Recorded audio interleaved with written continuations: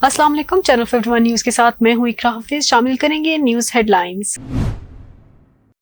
निगरान वज़ीर आज़म अनवर हक काकड़ ने कहा है कि इलेक्शन जरूर मुनक्किद होंगे, ताहम उनके नताइज से मुतालिक कुछ नहीं कहा जा सकता। वज़ीर आज़म अनवर हक काकड़ का कहना था कि मुल्क में इलेक्शन साफ, शफाफ और मुनसिफाना होंगे, ताहम उनके नतीजे से मुतालिक कुछ नहीं कहा जा सकता। उन्होंने कहा कि हुकूमत की गैर कानूनी तारकीन वतन के हवाले से पॉलिसी में तब्दीली नहीं होगी। कौम परस्त समझते हैं कि तमाम चीजें उनकी नजर से देखी जाए, कौम परस्त हर चीज को अपनी नजर से देखते हैं। बलोचिस्तान में लोग कहते हैं शफाफ इंतखाबात नहीं हुए। वज़ीर आज़म ने वाज़ह किया कि आम इंतखाबात 2024 में साफ, शफाफ होंगे। वज़ीर आज़म का कहना था कि अगर हम इंतखाबात का इनेकाद ना करवाते तो दाग होता। हम इंतखाबात जरूर करवाएंगे और इलेक्शन कमीशन इंतखाबात मुनक्किद करेगा, इसके नताइज पर कुछ नहीं कहा जा सकता।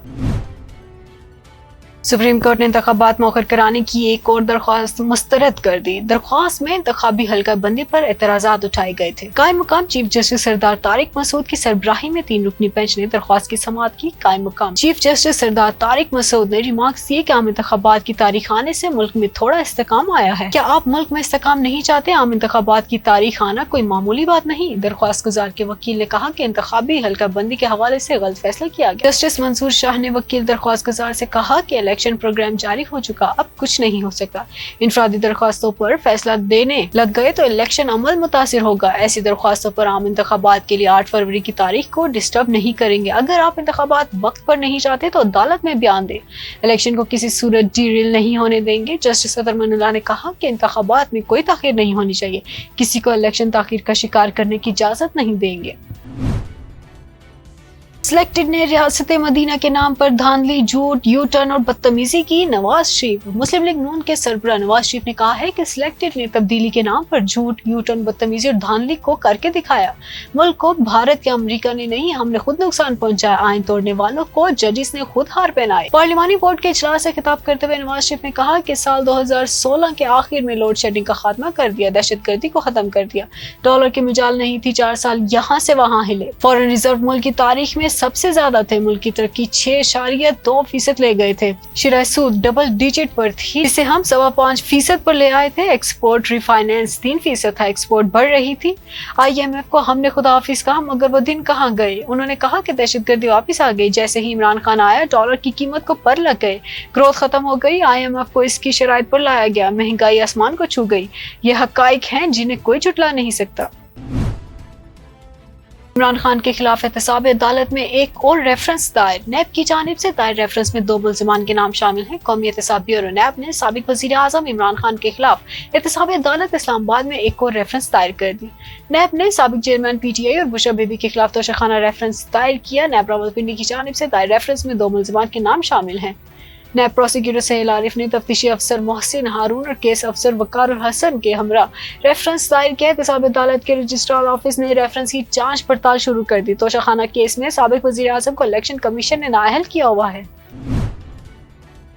उस्मान डार की वालदा ने घर पर पुलिस छापे का इल्जाम ख्वाजा आसिफ पर लगा दिया। चंद माह कबल डार बरदरान के घर पर पुलिस का छापा मारा गया। अब उनकी वालदा ने इस छापे का इल्जाम नून लीगी रहनुमा ख्वाजा आसिफ पर आयद कर दिया। उस्मान डार की वालदा ने एक वीडियो बयान जारी किया है जिसमें उनका कहना है कि सियालकोट में उनके घर पर छापा नून लीगी रहनुमा ख्वाजा आसिफ की इमा पर मारा गया था, जिसमें न सिर्फ उनके साथ बदसलूकी की गई बल्कि पुलिस ने घर की खवातीन को भी ज़दोकोब किया था। उन्होंने मजीद कहा कि ख्वाजा आसिफ ने यह सब उन्हें इलेक्शन लड़ने से रोकने के लिए किया, मगर वह हर सूरत इलेक्शन लड़ेंगे। डार बरदरान की वालदा ने अपने वीडियो बयान में चीफ जस्टिस से मामले का नोटिस लेने और इंसाफ फराहम करने की अपील की है।